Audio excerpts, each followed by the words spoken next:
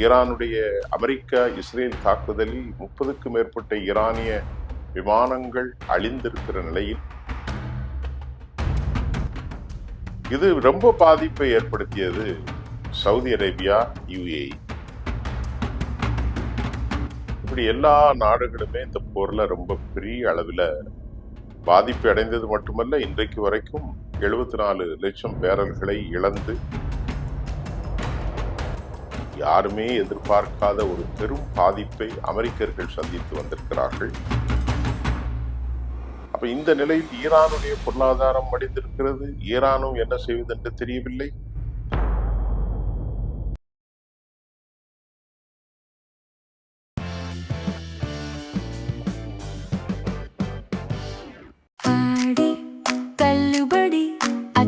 பேரும் அல்லும்படி 6 முதல் 60% வரை ஆடி தள்ளுபடியுடன் சூப்பர் சரவணா ஸ்டோர்ஸ், சென்னை, மதுரை, கோவை. நேயர்களே, ஜெம் தொலைக்காட்சிக்காக நான் சர்வதேச காணொலிக்காக சுஃபியான். இப்போ இன்றைக்கு 2 செய்திகளை நாம பேச போறேன். யுனைடெட் அரபு எமிரேட்ஸ் துபை மிகப்பெரிய அளவில் பொருளாதார பணத்தையும் 3 டன் தங்கத்தையும் 3 பில்லியன் பணத்தையும் ஈரானுக்கு கப்பல்கள் வழியாக விமானம் வழியாக கொண்டு தெஹ்ரானில் இறக்கியிருப்பது ரொம்ப பெரிய செய்தியாக பேசப்படுகிறது. 2 தரப்பிலும் அது மறுப்பு தெரிவிக்கவில்லை. இருந்தாலும் UAE-னுடைய கப்பல் ஒன்றும் லேசாக பேரளவிற்கு உலகத்தை ஏமாற்றுவதற்காக ஒரு தாக்குதலையும் ஈரான் நடத்தியிருக்கிறது. கடந்த 6 மாதங்கள் முடிந்து 7வது மாதமாக ஈரானுடைய தாக்குதல்ல மத்திய தரைக்கடல்ல சென்ட்ரல் ஏசியா, செங்கடல், பர்ஷியன் வளைகுடா, இந்திய பெருங்கடல், டியூகோ கார்சியா வரைக்கும் அது ஒரு பெரிய அதிர்ச்சி ஏற்படுத்தியது. இப்போ உதாரணத்துக்கு சொன்னால், சவுதி அரேபியா, துபை, கத்தர், பஹ்ரைன், இப்படி எல்லா நாடுகளுமே இந்த போர்ல ரொம்ப பெரிய அளவில் பாதிப்பு அடைந்தது மட்டுமல்ல, இன்றைக்கு வரைக்கும் 74 லட்சம் பேரல்களை இழந்து வியாபாரம் செய்ய முடியாமல், சூயஸ் கல்வாயும் போக முடியாது, செங்கடலும் போக முடியாது, ஹவுதிகளும் அடுக்கிறார்கள். இங்கே முழுமையாக மூடப்பட்டு விட்டது, ட்ரேடிங்குக்கும் ஆயிலுக்கும் இல்லாமல். அது உங்களுக்கு தெரியும். இது ரொம்ப பாதிப்பை ஏற்படுத்தியது சவுதி அரேபியா, UAE. ஏன்னா எல்லா நெட்வொர்க்கும் இவர்களுடைய ப்ராக்சிகளின் கண்ட்ரோல்ல தான் இருக்கு. ஈரானும் மட்டுமல்ல, ஈரானுடைய ப்ராக்சிகளின் கண்ட்ரோல்ல தான் இருக்கு. இந்த நிலையில் சவுதி அரேபியா என்ன செய்வது என்று தெரியாத நிலையில் யுனைடெட் அரபு எமிரேட்ஸ் அபுதாபியில் இருந்து புறப்பட்ட விமானம் தெஹ்ரானில் வந்து இறங்கி அவற்றில் ஏராளமான பணங்கள், அது மட்டுமல்ல தங்கம், 3 டன் அளவிற்கான தங்கம் மற்றும் அவர்களுக்கு தேவையான 3 பில்லியன் முடக்கப்பட்ட ஈரானின் பணத்தையே விடுத்து தன்னை தாக்கக்கூடாது என ஒரு பொது சமாதானத்திற்கு UAE சென்றிருப்பது தெரிகிறது. ஏனென்று கேட்டால் UAE-னுடைய பொருளாதாரமே முழுமையாக சுற்றுலா தான். UAE-னுடைய பொருளாதாரம் முழுமையாக பினான்சியல். UAE-ன் பொருளாதாரம் முழுமையாக ஏதாவது நம்ம கன்ஸ்ட்ரக்ஷன். அப்போ அது மட்டுமல்லாமல் தளங்கள் விற்பனை, வியாபாரங்கள், ட்ரேடிங், பினான்சியல், தங்க மார்க்கெட், என்ன ரியல் எஸ்டேட், கன்ஸ்ட்ரக்ஷன், வர்த்தகம், உலகளவிலான AI தொழில்நுட்பத்தினுடைய தலைப்பு, எல்லா மக்களும் வருவதற்கு யோசிக்கக்கூடிய ஒரு சூழ்நிலை. போர்ட்டுகள் இருக்கு, ஜபல் அலி போர்ட் எல்லாம் இருக்கிறது. இப்ப ஈரான் இப்படி தொடர்ந்து தாக்கி கொண்டிருந்தால் அவர்களுக்கான மிகப்பெரிய வர்த்தக பாதிப்பு ஏற்பட்டுவிடும். அதில் எந்த விதமான மாற்று கருத்தும் இல்லை. ஈரான் இப்படி தொடர்ந்து செய்து கொண்டிருந்தால் அவர்களுக்கான மிகப்பெரிய வர்த்தக பாதிப்பு ஏற்பட்டுவிடும். அதனால இப்ப அவர்கள் 3 பில்லியன் பணத்தை எல்லாம் கொடுத்து, தங்கத்தையும் கொடுத்து சிறப்பு செய்திருக்கிறார்கள் என்பது மிகுந்த முக்கியத்துவம் வாய்ந்த ஒன்றாக இருக்கிறது. இது உலக அளவில் எங்களை தாக்காதீர்கள் என்ற பொது சமாதானத்தின் அடிப்படையில தான் யுனைடெட் அரபு எமிரேட்ஸ் இந்த ஒப்பந்தத்திற்கு வந்திருக்கலாம். 3 டன் தங்கத்தையும் 3 பில்லியன் பணத்தையும் கொடுத்திருக்கிறார்கள். இதல்லாமல் அவர்கள் ஓடிக்கொண்டிருந்த 15 விமானங்களை ஈரானுக்கு பரிசீலிக்கப் போவதாக, ஈரானுடைய அமெரிக்கா இஸ்ரேல் தாக்குதலில் 30க்கும் மேற்பட்ட ஈரானிய விமானங்கள் அழிந்திருக்கிற நிலையில் ஈரானுக்கு 2ஆம் தரமாக, அதாவது உலக அளவிலே அவர்கள் ரீசேல் பண்ணுகிற 15 விமானங்களையும் கொடுக்க போவதாக யுனைடெட் அரபு எமிரேட்ஸ் ஈரானோடு சமாதானம் சொல்கிறது. விமானங்களை கூட நீங்கள் எடுத்துக்கொள்ளுங்கள், நான் உங்களுக்கு அந்த விமானத்தை தருகிறேன் என்ற அளவிலே அவர்கள் சொல்லியிருப்பதையும் நாம் பார்க்கக்கூடியதாக இருக்கின்றது. ஆக இதுவும் எப்படியாவது ஒரு சமாதானத்தை ஏற்படுத்திவிட வேண்டும் என்ற UAE கடுமையான பாடுகளை அவர்கள் பெற்றிருக்கிறார்கள். அமெரிக்கா இதுல ஏராளமான விமானங்களை, MQ ரீப்பர் போன்ற மிக முக்கியமான விமானங்களை அமெரிக்கர்கள் இழந்திருக்கிறார்கள். அமெரிக்கர்களுக்கே $1.3 பில்லியன் என்ற அளவிற்கு அந்த MQல மட்டும் 24 விமானங்கள் என்னமோ இழந்திருக்கிறார்கள். அதில் மட்டும் அவர்களுக்கு கிட்டத்தட்ட ஒரு 15,000 கோடிக்கு மேலான நஷ்டத்தை இந்திய பணத்திற்கு அமெரிக்கர்கள் சந்தித்திருக்கிறார்கள். அமெரிக்கர்கள் உயிரிழப்பாலும், அமெரிக்கர்கள் பொருளிழப்பாலும், அமெரிக்கா மத்திய கிழக்கில் பெரும் சேதாரத்தை சந்தித்திருப்பதாலும், அமெரிக்கர்களால் தங்களை இனி காப்பாற்ற முடியாது என்ற தெளிவான சுயாதீன முடிவுக்கு வந்திருப்பதால் தான் அவர்கள் இது போன்ற நடவடிக்கைகளை எடுத்திருக்கலாம் என்று நம்புவதற்கு அதிக வாய்ப்பு உள்ளது. அமெரிக்கா இழந்திருக்கக்கூடிய இந்த MQ-9 ஒவ்வொன்றினும் விலை கிட்டத்தட்ட 270 கோடி என்கின்ற அளவிற்கு, $30 மில்லியன் அளவிற்கு அது ரொம்பவே பெரிய தொகை. அமெரிக்க ஆயுத குடங்களில் இப்பொழுது மிகப்பெரிய அளவிலான இழப்பை சந்தித்திருப்பதையும் அமெரிக்க சேனல்களே வெளியிடக்கூடிய செய்திதான் மிகப்பெரிய சிக்கலை ஏற்படுத்தியிருக்கிறது. தி வாஷிங்டன் போஸ்ட் வெளியிட்ட ஒரு தகவலில் அமெரிக்கா எவ்வளவு விமானங்கள் இழந்தது, எத்தனை விமானங்கள் விமானப்படையிடமும் கடற்படையிடமும் மற்றும் இருந்தது என்பதை தி வாஷிங்டன் போஸ்ட் தெளிவுபடுத்தியிருக்கிறது. அமெரிக்காவுக்கு இப்போ ஏற்பட்ட அந்த பாதிப்பு உலக அளவில் யாருமே எதிர்பார்க்காத ஒரு பெரும் பாதிப்பை அமெரிக்கர்கள் சந்தித்து வந்திருக்கிறார்கள். அமெரிக்கர்கள் தான் இன்றைக்கு ஒரு காட்ஃபாதராக சவுதி அரேபியாவுக்கும், யுனைடெட் அரபு எமிரேட்ஸுக்கும், பஹ்ரைன், குவைத் போன்ற நாடுகளுக்கு, கத்தருக்கும் அவர்கள் இருந்த நிலையில் தற்போது அவர்கள் இந்த வீழ்ச்சியை பார்த்து இவர்களால் நம்மை காப்பாற்ற முடியாது என்ற ஒரு தெளிவான சிந்தனையுடன் தான் இன்றைக்கு பிராந்திய வல்லரசாக மாறி போயிருக்கு. இன்இவிட்டபிள், தவிர்க்க முடியாத ஒரு சக்தியாக யுனைடெட் அரபு எமிரேட்ஸ் மாறி இருப்பதை நன்கு யூகித்துக் கொண்டார்கள்.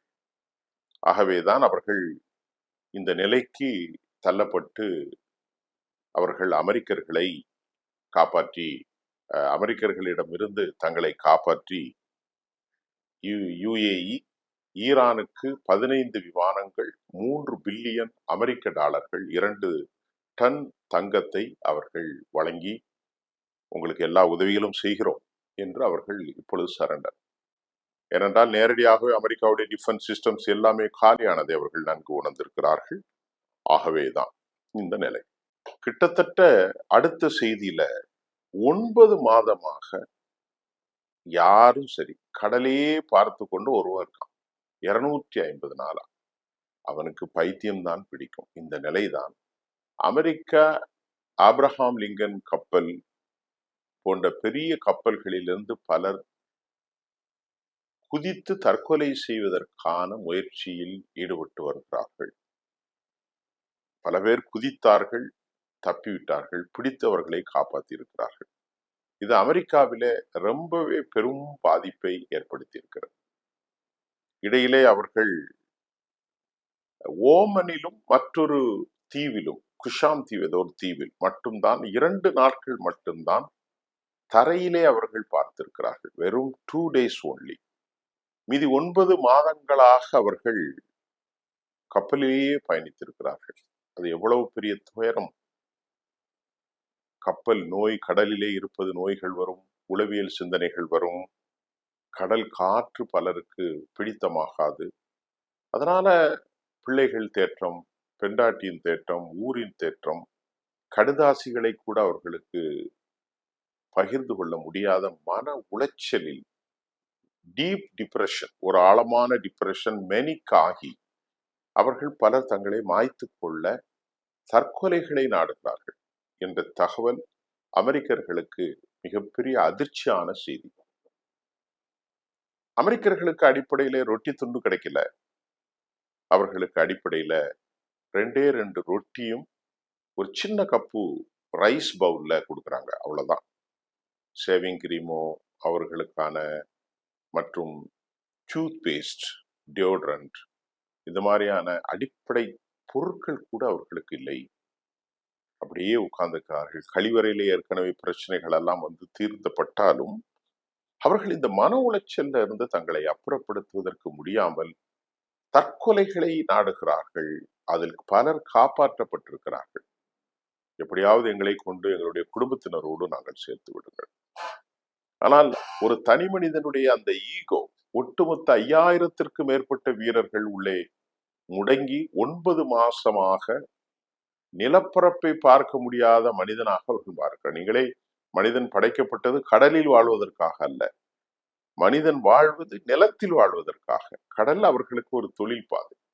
ஒரு வாரம், 10 நாள், 15 நாள், ஒரு மாதம் கூட இருப்பார்கள். 9 மாதமாக அங்கேயே இருந்து அவர்கள் தங்களது வாழ்க்கையை மேய்த்துக் கொள்ளக்கூடிய கடுமையான சிக்கலில் அவர்கள் துயரமுற்றிருக்கிறார்கள் என்பது மிகப்பெரிய மோசமான ஒரு செய்தியாக அமைந்திருக்கிறது.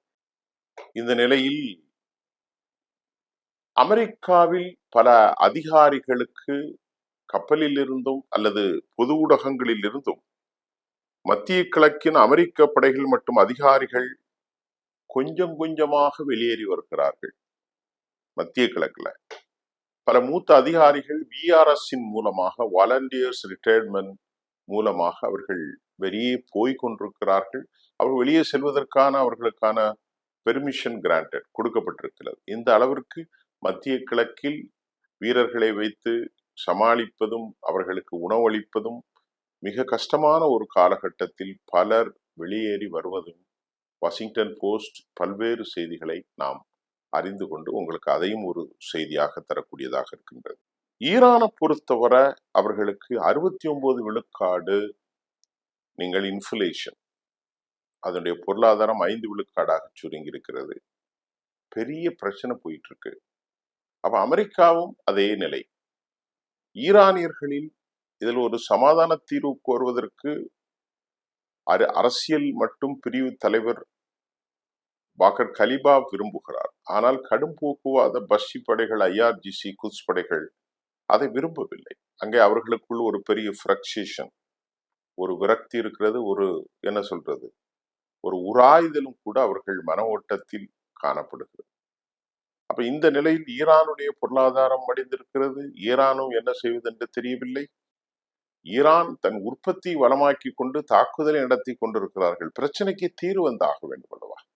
ஆகவே இதே நிலை அமெரிக்காவிலும் தொடர்கிறது, ஈரானிலும் தொடர்கின்றது. பரஸ்பரம் 2 பேருமே ஒரு ஈகோ கிளாஷ்ல மாட்டியிருக்கிறார்கள். அதுல சரி செய்வதற்கு உலக அளவில் எந்த நாடுகளும் தயாராக இல்லை, எந்த தேசமும் தயாராகவில்லை. அதற்கு யாரும் முன்னெடுப்பதற்கான அந்த முன்னெடுப்பு ப்ராஜெக்டும் வெற்றி பெறவில்லை. இதுதான் ரொம்ப பெரிய சிக்கலை ஏற்படுத்தி இருக்கிறது. இதற்கிடையில் ஹுசைன் முஹாபி பிரிகேடியர் தனது தகவலில் 40 அமெரிக்க கப்பல்கள் அங்கிருந்து வெளியேறி இருப்பதாக சொல்கிறார். தங்கள் பயன்படுத்திய ஏவுகணைகளை விட அதிகமாக தாங்கள் உற்பத்தி செய்து கொண்டிருக்கிறோம். ஹுசைன் முஹாபி பிரிகேடியருடைய கருத்து, அமெரிக்கர்களுக்கு எதிராக நாங்கள் பயன்படுத்தி வந்திருக்கக்கூடிய ஏவுகணைகளுக்கு தாண்டி மிக அதிகபட்சமாக நாங்கள் உற்பத்தி செய்து வருகிறோம் என்ற தகவலை அவர் தெரிவித்திருக்கிறார்.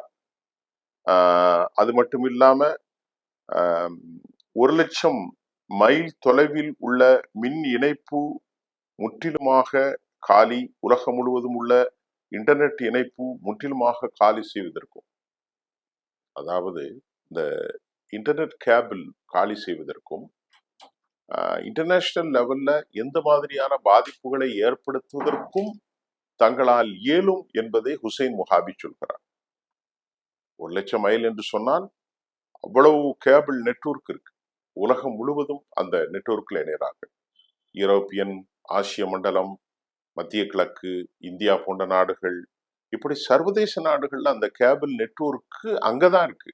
அதையெல்லாம் கூட்டி பார்த்தா இத்தனை லட்சம் மைல் தொலைவுக்கான வியாபாரம், சந்தைப்படுத்துதல் இருக்கும். ஆக 1,00,000 மைல் தொலைவில் உள்ள மின் இணைப்பு முற்றிலுமாக நாங்கள் இணையதளங்கள், வசதிகள் எல்லாவற்றையும் காலி செய்வோம் என்றும், உலகம் முழுவதும் உள்ள இன்டர்நெட் இணைப்புகள் முற்றிலுமாக காலி செய்யப்படும், எங்களால் முடியும் என்றும் ஹுசைன் முஹாபி தெரிவித்திருக்கிறார். ஈரான் நீங்கள் நெருக்கடி ஏற்படுத்த முயலில் நாங்கள் இந்த நிலைக்கு இறங்கி வருவோம். எங்களை நீங்கள் நெருக்கடி ஏற்படுத்தினால் நாங்கள் இறங்கி வருவோம்.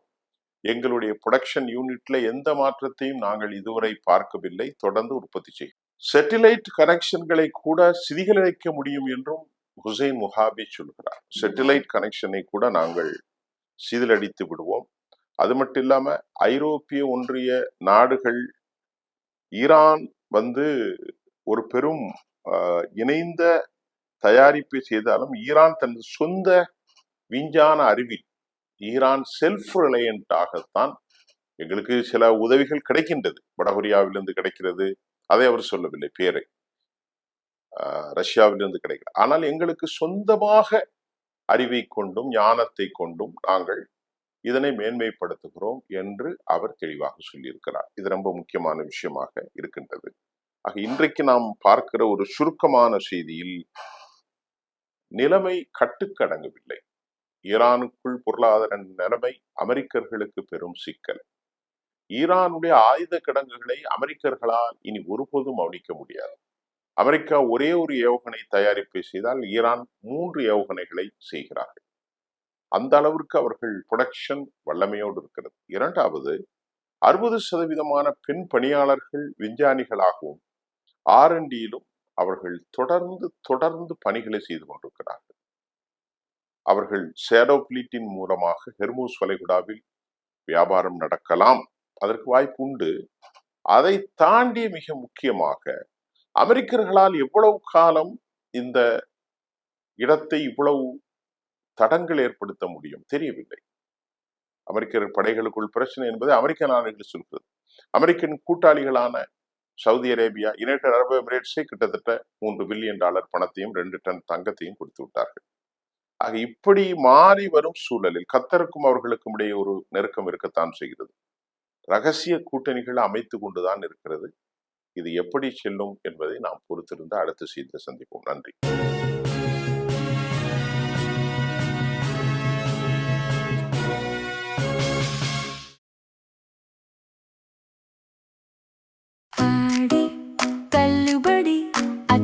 பேரும் அல்லும்படி 6 முதல் 60% வரை ஆடி தள்ளுபடியுடன் சூப்பர் சரவணா ஸ்டோர்ஸ், சென்னை, மதுரை, கோவை.